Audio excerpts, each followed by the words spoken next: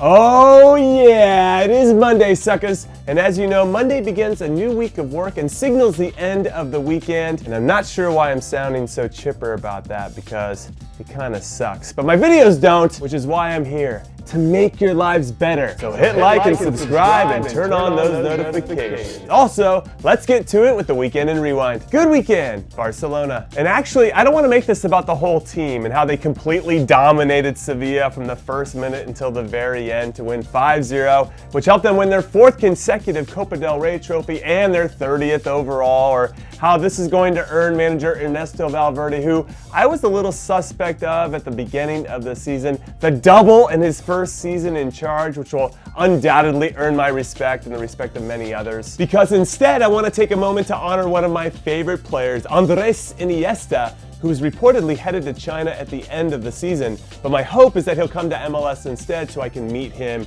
in person. I know that'd be a big thrill for him, because the almost 34-year-old, who has now won 31 trophies in his 16 years with Barca's first team, was superb in this game and proved yet again why he should be considered one of the best and most complete midfielders of his generation, which, given the fact that he's only 5'7" and 150 pounds, it wouldn't beat too many players in a foot race, is an incredible achievement in the modern game, which definitely seems to be more and more focused on finding great athletes first and smart players second. So thank you for everything that you do and have done, Andres. I will always be a fan, and I will always try to roll my R's when I say your name, which is why I bought your jersey. Also, this just hit me. Once he wins the La Liga title, that means he'll have 32 trophies in 16 years. 32 trophies in 16 years. That's averaging 2 trophies every season. And what the? And then in case we forgot, he scored the game winner in a World Cup final. The dude's not human. Bad weekend. Tottenham. You know, I thought at some point in my life the phrase Spurs was gonna fizzle out. Sort of like how Wenger out is now going to fizzle out, sadly, because something was finally going to change. And in the case of Spurs, that change would be in the form of finally winning a trophy to quiet the haters like myself. So after they had a 1-0 lead over a notoriously defensive Manchester United team at Wembley Stadium, which is effectively a home game for Spurs this season since it's their temporary home until their new stadium is finished. And when is that thing gonna be done? Again, I don't even remember. It looked like they were finally gonna do it and get over the hump of losing in the FA Cup semifinals for the second straight season, but they didn't. They bottled it. They're bottle jobs. They got Paul Pogba, they got Jose Mourinho, they got Ander Herrera, whatever you want to say, which proved yet again that this incredibly talented group of players don't have the mental fortitude as a group to win the biggest of games, which means, what's next? Now, I'm a big Mauricio Pochettino fan. I think he's an excellent manager, but he did sign Moussa Sissoko, which still defies logic. So is it time for him to move on? I don't think so. And what about any of his star players? No, I don't see it happening, because my guess is that they try to keep everyone for one more season so they can play in their new stadium, then maybe add 1 or 2 players to make a real run at it. And then again, if it leads to no trophies, then changes will need to be made, because it'll be clear that they hit their ceiling with this current group. You guys agree with me on this? I think that you are in agreement. Good weekend, all of us. Because with Manchester United doing the business against Spurs and with Chelsea holding off Southampton 2-0, just like I predicted they would, way to go, champ. And off of a great game-winning goal by Olivier Giroud, who has a tendency of scoring great goals, if only to prove to all of us that we need to rate him a little bit higher than we actually do, we're gonna get the best possible matchup in the FA Cup final. Yes, Jose Mourinho against his old club, a club that he once said had his heart. Jose Mourinho against the man Roman Abramovich, who's the only man on the planet to fire him twice. And Jose Mourinho against the manager that we all know that he doesn't care for, in Antonio Conte, and I'm pretty sure that Antonio Conte doesn't care for him either. So let the fireworks and the press conferences begin. Though, let's be honest, this game is probably going to be boring AF, but the lead up to the game is going to be great, so let's just focus on that. Bad weekend, Juventus. 1 minute away from pretty much locking up the Scudetto for the 100th straight year, the usually stout defensive geniuses known as the Old Lady gave up a power header on a corner to Kalidou Koulibaly in the 90th minute to lose 1-0 to second place Napoli, which means the gap between the two clubs went from 4 points to 1 point with 4 games to go. And actually, Juve has 5 because they have to prepare for the Coppa Italia final against AC Milan as well, which will be more energy committed to something not on the league. So maybe, just maybe, Napoli can pull this off. Also, fun fact for you, the same guy that gave up the penalty that led to Real Madrid beating Juve in the Champions League quarterfinals, and his name is Mehdi Benatia. I think that's what it is. Benatia is also the same guy who was supposed to be marking Koulibaly when he scored. So coincidence? I think not. Which proves that maybe Juve still do miss Leo Bonucci. If I was a Juve supporter, I'd still miss him. Anyway, congrats not only to Napoli for making the end of Serie A exciting this season, but also for going to Turin and trying to play the game the right way instead of sitting back and being cautious. I hate when teams do that, so I have a ton of respect for them for going after it. Good weekend, Mohamed Salah and Leroy Sané. And I'll start with Salah first because not only did he score again, this time against West Brom, which actually isn't that hard if you've seen West Brom play this season. But still, the Egyptian international scored his 31st league goal of the season, which equals the most ever scored in a 38-game season in England's top flight. And he still has 3 more games to go against Stoke.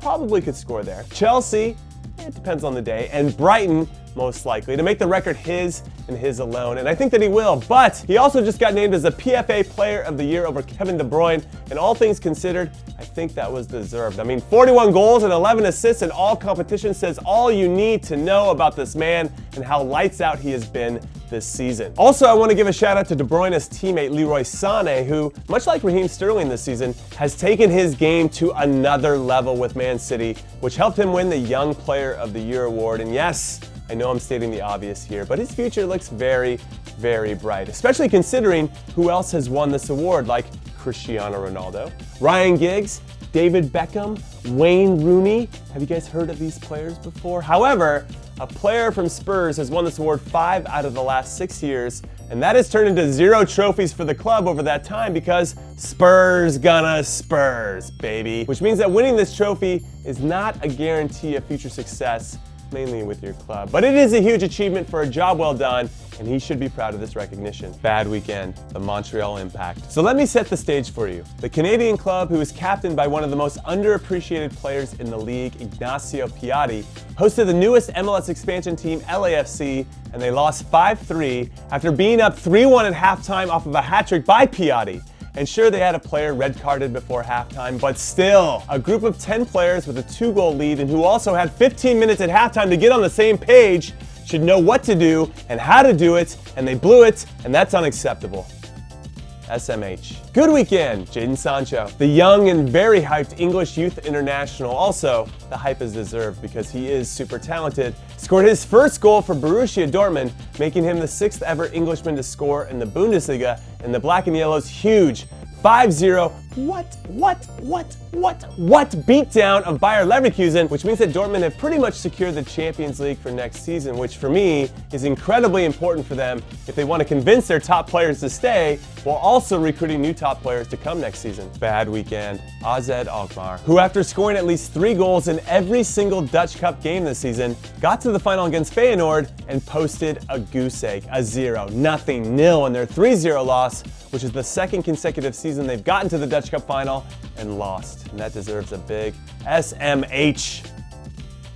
Good weekend, Benfica, who scored in the 90th minute to beat Estoril 2-1 and keep their hopes alive of winning their 5th consecutive Portuguese league title. Bad weekend, AC Milan, for losing to one of the worst teams in Serie A history, Benevento 1-0 at home, which drops them to 7th and out of the last Europa League spot. SMH. Good weekend, Toulouse. The French club with nothing to lose, who before the weekend started were only 1 point out of the relegation zone, won convincingly 2-0 at home over Angers, which now gives them a 4-point gap over Troyes, Lille, and I can't believe Lille is about to get relegated, and Metz, who could only muster a draw this week, so Metz's gap to escape is 7 points with 4 games to go, so it seems unlikely that that's going to happen, especially since Toulouse has a game in hand. Bad weekend, Eintracht Frankfurt. Just days after getting past Schalke 1-0 to advance to the DFB Pokal final against Bayern Munich, Frankfurt lost 3-0 at home to Hertha Berlin, which was a huge missed opportunity for them to leapfrog over RB Leipzig, who lost 5-2 at home to Hoffenheim, and into 6th into the Bundesliga table, which is the last Europa League spot, and they didn't do it. So shake my motherfucking goddamn head.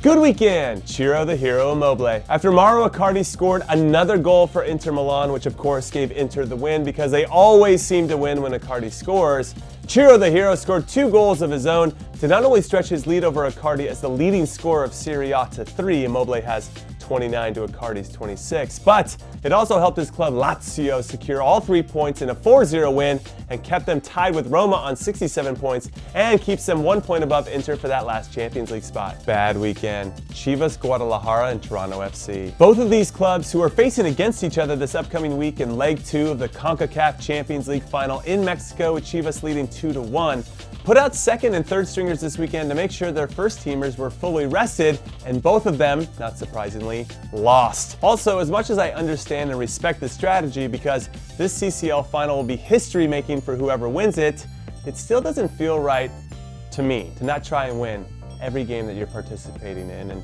Chivas and TFC definitely did not give a fuck about this last game, but I think ultimately this mindset is a conversation for another time. And maybe I'll feel different when I become a coach myself. But I just feel like, I don't know, man. You should just try to win every game. Not to say they didn't try to win that game. They just didn't try to win that game with their best players. Good weekend, Hamburg. Because they were the only team in the bottom 7 of the Bundesliga to get all 3 points, which means if they somehow want to escape being relegated again for what feels like the 10th straight season, they need the magic to happen by winning all 3 of their remaining games, and the first 2 are on the road. The first is against Wolfsburg, who are also trying to not get relegated, so they're going to be desperate to win, so that won't be an easy one. And Eintracht Frankfurt, who are trying to qualify for Europe themselves, so they're going to be pretty motivated to get all 3 points. And then at home against Borussia Mönchengladbach, who also might have an outside chance at Europe, so never mind. You're finally going to go down for the first time in club history, Hamburg. Deuces, peace out, later, see you when I see you. Bad weekend, me. Because I had no idea that El Clasico in Uruguay was happening this weekend between Peñarol and Nacional, which is a game I want to go to in the future, by the way. I want to see that up close and personal. Also, both of these teams are at the top of the table, with Nacional leading Peñarol by 2 points.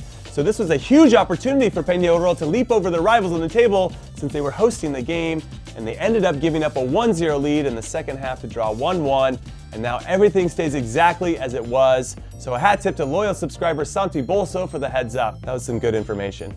Thank you very much for letting me know. Good weekend, the city of Melbourne. Because with a Melbourne victory taking care of Adelaide United on Sunday and Melbourne City taking care of my Brisbane Roar on Friday, the city of Melbourne have 2 clubs in the semi-finals of the A-League playoffs, so we'll see if they will still be having a good weekend next weekend as they hit the road to try to beat the higher seeds, the Newcastle Jets and Sydney FC, though I don't feel like it looks good for either club because both Newcastle and Sydney have been playing really well this season. However, sometimes when you're already in the playoff mindset, that gives you the advantage. Maybe one of the 2 will go through. Bad weekend, Derby County. A few weeks ago, Derby were sitting somewhat comfortably in a position to qualify for the promotion playoff and the championship, and then they lost 3 straight games, including this weekend 2-1 at home no less, which we all know is unacceptable. And with the team above them, Millwall, losing this weekend too, they now sit 1 point out of the playoff with 2 games to go for most teams. But Derby, fortunately, have a game in hand, which means it's all in their hands. But given their current form, where they are definitely trying to pull a Spurs, you like how I keep going back to that joke? It's low-hanging fruit, I know. I don't know if Derby are gonna do it. Good weekend, Yair Reyes, Kovalchuk Corona, and Paul. Because all 3 of you correctly predicted that Barcelona would beat Sevilla 5-0, and I'm not exactly sure how you did it, but you did, so I bow down to your greatness. Also, hit me up on the YouTube messages and I'll sort you out with some Warm Ballers gear, as I do. Bad weekend, the Scottish Premiership. Because I'm not talking about you, I'm gonna talk about the Scottish Championship below you instead, and specifically Dunfermline. Did I say that right? Dunfermline? There's an L, but I don't know if you pronounce it. Who are a club who, at the same time as the much more publicized Rangers, went through major financial difficulties as well, but unlike Rangers, who were saved by a company, Dunfermline, did I say that right? I don't know if I'm saying that right. We're saved by their fans. So it would be amazing if they could finish in the top 4 of the championship and get into the promotion playoff and get back up to the top flight. Now they're going to have to win a few high-pressured and big games to make that happen. But they're currently in 4th after drawing 2-2 this weekend with Inverness, who sit in 5th. So we'll see if they can hold them off with 1 game to go. Also, hat tip to loyal subscriber Aaron Howie for the inside scoop.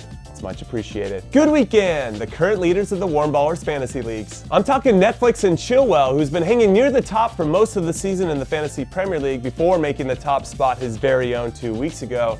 So we'll see if he can hold on with 3 weeks left to go in the season. And to Sarkar, who keeps holding strong at number 1. I think he started in number 1 and has been number 1 this whole time in the Fantasy MLS League. So well played to both of you, especially in just remembering to set your teams. I always forget.